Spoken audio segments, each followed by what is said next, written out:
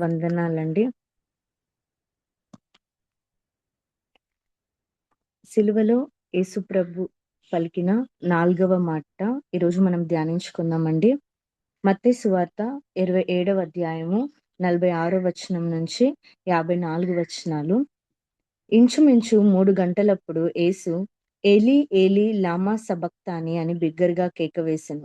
ఆ మాటకు నా దేవా నా దేవా నన్నెందుకు చేయి విడిచితివని అర్థము. అక్కడ నిల్చున్న వారిలో కొందరు ఆ మాట విని ఇతడు ఏలియాను పిలుచుచున్నాడనిరి. వెంటనే వారిలో ఒకడు పరిగెత్తుకొని పోయి స్పంజి తీసుకొని చిరకాలో ముంచి రెల్లున తగిలించి ఆయనకు త్రాగనిచ్చెను. తక్కిన వారు ఊరకుండుడి, ఏలియా అతని రక్షింపవచ్చునేమో చూద్దామనిరి. యేసు మరలా బిగ్గరగా కేక వేసి ప్రాణం విడిచెను. అప్పుడు దేవాలయపు తెర పైనుండి క్రింది వరకు రెండుగా చినిగెను.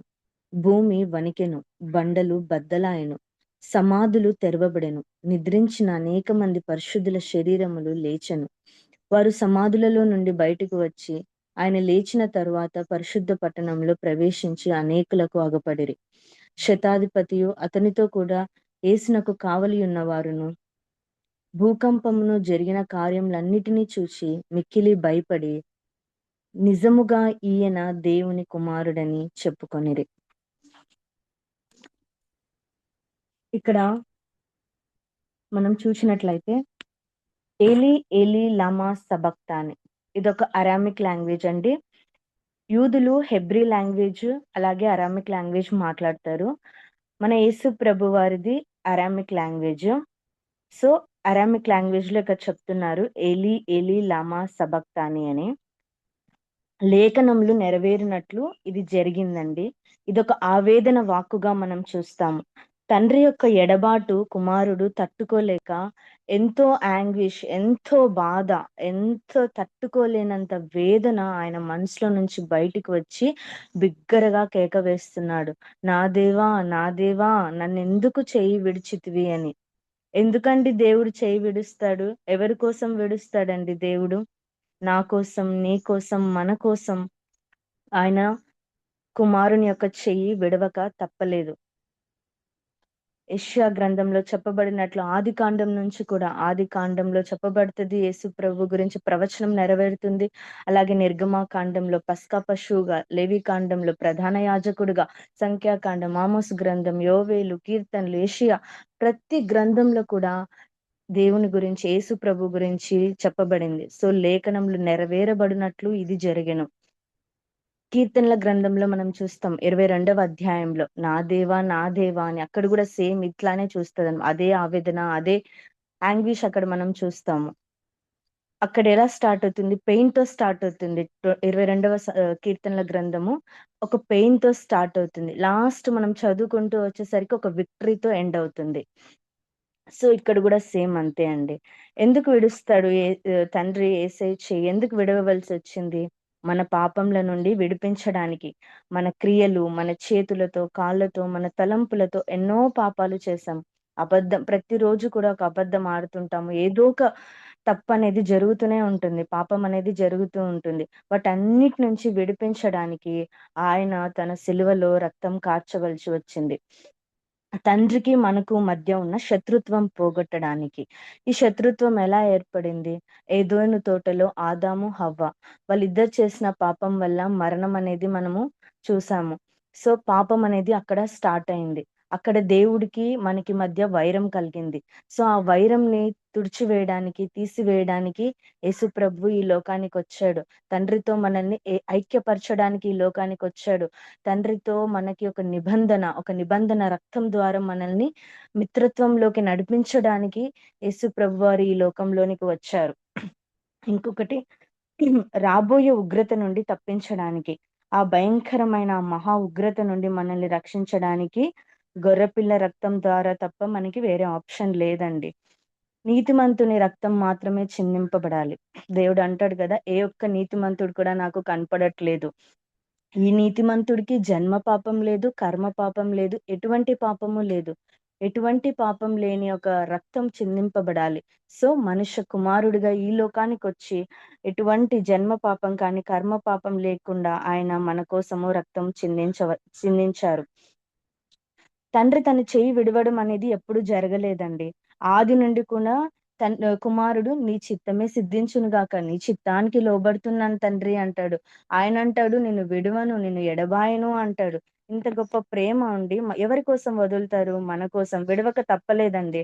ఎందుకంటే ఆయన విడిచి ఉండకుండింటే కుమారుని చెయ్యి ఈరోజు మన పరిస్థితి ఏమైపోవునో, ఏ స్థితిలో మనం ఉండిపోయే వాళ్ళమో, మన మన బ్రతుకులు ఎలా ఉండేవో. ఆనాడు ఆయన అంత గొప్ప త్యాగం చేశాడు కాబట్టి ఈరోజు మనకి రక్షణొచ్చింది. యేసు రక్తంలో పాపాన్ని సంహరించబడింది. యేసు రక్తము శాపాన్ని పరిహరించబడింది. మనకున్న నిందను తొలగించింది. మన ఆత్మలు రక్షణ మార్గంలోకి నడిపించబడింది. ఎంత ప్రేమను కురిపించాడండి ఆయన. కృపలో నడిపించాడు. ఆ యొక్క రక్తం శాంతిని చేకూర్చింది, ఐక్యపరిచింది తండ్రితో, వాగ్దానం ఇచ్చింది యేసు రక్తము. ఆయన వస్త్రహీనుడై మనకు నీతి వస్త్రములిచ్చాడు. రాజుగా సింహాసనంపై ఉండాల్సిన ఆయన సిలువపై వ్రేలాడాడు. కెరూబులు సెరూబుల మధ్య ఉండాల్సిన ఆయన 2 దొంగల మధ్య ఉన్నాడు. మన బ్రతుకులు, మన జీవితాలు, మన పాపాలు అన్నీ కూడా, మన శాపాలు ప్రతిది కూడా ఆయన సిలువపై మోసాడు. అక్కడ ఏమంటున్నారు? ఏలియాని పిలుస్తున్నాడేమో అని అపహసిస్తున్నారండి. ఈనాడు కూడా అలాగే ఉంది కదా! నశించుచున్న వారికి సిలువ యొక్క శక్తి ఎలా ఉంటుందంట? వెర్రితనంగా ఉంటుందంట. రక్షించబడుతున్న మనకు దేవుని శక్తి. ఈనాడు కూడా ప్రతి 40 డేస్ వస్తాయి. ఇయర్‌లో ఒకసారి 40 డేస్ వస్తాయి. మనము సిలువ ధ్యానాలు చేస్తాము. మళ్ళీ మర్చిపోతాము. మళ్ళీ అదే విధంగా ఈనాడు క్రైస్తవ లోకము ఉంది. వేషధారణ భక్తి మనకు ఎక్కువగా ఈనాడు కనిపిస్తా ఉంది. అదే నశించుచున్న వారికి ఎలా ఉంటుంది? వెర్రితనంగా ఉంటుంది. అయితే రక్షించబడుతున్న మనలాంటి వాళ్ళకు దేవుని శక్తి. దేవుడు ఏం కోరుకుంటున్నాడంటే దేవుని ఆజ్ఞకు లోబడండి, మంచిగా బ్రతకండి, పాపాన్ని వదిలేసేయండి అంటున్నాడు. మానవులు ఇది కూడా చేయలేకపోతున్నారనమాట. ఇంకొక విషయం ఏమంటే ఏలియాను పిలుస్తున్నారు అంటున్నారు. ఇక్కడ స్పంజి చిరకాను ఆయన నిరాకరిస్తాడు. ఎందుకంటే ఆయనతో రెస్ట్ కూడా ఆయనకొద్దు. ఎందుకంటే ఆ చిరకనిస్తే కొంచెం మత్తొస్తుందంట. అది కూడా ఆయన వద్దనుకున్నాడు. నిలువెల్లా నలిగిపోయాడు. అప్పుడేమవుతుంది అక్కడ? చీకటి కమ్ముతుంది. ప్రకృతి కూడా ప్రలాపిస్తుందండి. యాక్చువల్లీ ఫస్ట్ 3 మాటలు పలిగేటప్పుడు వెలుగు ఉంటుంది. 4వ మాట నుంచి చీకటి కమ్ముతుంది మనకి. ఇక్కడ ఏమవుతుంది? దేవాలయపు తెర పైనుండి క్రింది వరకు 2గా చినిగెను అంటారు. ప్రత్యక్ష గుడారంలో 3 ఉంటాయండి. ఆవరణము, పరిశుద్ధ స్థలము, అతి పరిశుద్ధ స్థలం. సంవత్సరానికి ఒక్కసారి ప్రధాన యాజకుడు లోపలికి వెళ్లి బలులు అర్పిస్తాడు. ఆయన కూడా చాలా ప్యూర్‌గా ఉండాల. హృదయంలో ఇన్ అండ్ ఔట్ ప్యూర్‌గా ఉండాల. లేకపోతే అతను చనిపోతాడు. ఎందుకంటే మందసం ఉంటుందక్కడ. దేవుని మహిమ అక్కడ ఉంటుంది. ఈనాటికి కూడా యూదుల టెంపుల్స్‌లో అలానే ఉంటుంది. సో, ఆ తెర ఏమైందంట? నడిమికి చినిగిందంట. దేవాలయపు తెర క్రింది వరకు 2గా చినిగిపోయింది. అంటే ఇప్పుడు ఎటువంటి పాప పరిహారార్థ బలి గాని, అపరాధ పరిహారార్థ బలి గాని, ఎటువంటి బలులు అవసరం లేదు. ప్రధాన యాజకుడు మన యేసు ప్రభువే. తెర ఉండేది చినిగిపోయింది. నిత్య బలిగా ఆయన అర్పించబడ్డాడు. చివరి గొర్రెపిల్ల వధించబడింది. పాపం నుండి మనల్ని వినిపించడానికి. అక్కడ సమాధులు తెరవబడ్డాయి. నిద్రించిన అనేక మంది పరిశుద్ధ శరీరములు లేచాయి. అక్కడ శతాధిపతి ఒప్పుకుంటున్నాడు. నిజంగా ఆయన దేవుని కుమారుడు. అక్కడున్న ప్రతి పరిస్థితి చూసి ఆయన ఒప్పుకుంటున్నాడు. నిజంగా ఆయన దేవుని కుమారుడు. ఎంత గొప్ప సాక్ష్యం అండి. అంతవరకు చిత్రహింసలు పెట్టి, ఆయనని కొట్టి, ఆయనని అన్ని చేసిన ఆయన లాస్ట్‌కి ఏమంటున్నాడు? నిజముగా ఈయన దేవుని కుమారుడు అంటున్నాడు. ప్రియమైన దేవుని బిడ్డలారా, మన జీవితంలో కూడా మార్పు రావాలి. సిలువ వైపు చూద్దాము. మనలో పశ్చాత్తాపం కలగాలి. వచ్చేవన్నీ కూడా చాలా భయంకరమైన దినాలండి. ఆయన ప్రేమను మనం నిర్లక్ష్య పెట్టకూడదు. అనుదినము కూడా ఆయన ప్రేమలో మనం ఉండాలి. ఎంత గొప్ప ప్రేమ ఆయన చూపించాడు. మనం ఎక్కడ కూడా ఇటువంటి త్యాగం గాని, ఎక్కడ ఇటువంటి ప్రేమ గాని మనం చూడము. ఒంటరిగా మన శిక్షను భరించాడు. ఎంత త్యాగం చేశాడు. ఎటువంటిది ప్రేమ, ఎటువంటిది శాంత, మెటుల వర్ణింతు స్వామి. ఎటువంటిది ప్రేమ, ఎటువంటిది శాంత, మెటుల వర్ణింతు స్వామి. ఆయన ప్రేమను వర్ణించగలమా అండి? ఎంత గొప్ప ప్రేమ. మన బ్రతుకు దినంలో ఆయన కోసం బ్రతుకుదాము. మరణిస్తే ఆయన కోసం. ఆ దేవాది దేవునికి మనం సమర్పించుకున్నాము. మన జీవితాల్ని సిలువలో ఆయన చేసిన త్యాగాన్ని, ఆయన మన కోసం కార్చిన రక్తాన్ని, ఆయన మన కోసం చేసిన ప్రతీది కూడా ఏది కూడా వ్యర్థంగా పోకుండా మనము రక్షింపబడుతూ ఇతరులకు ఒక మాదిరికరంగా మన జీవితంలను మనం ఉంచుకుంటూ, ఇతరులని మన సాధ్యమైనంత వరకు రక్షణ మార్గంలోకి నడిపించడానికి మనం ప్రయత్నం చేయాలి.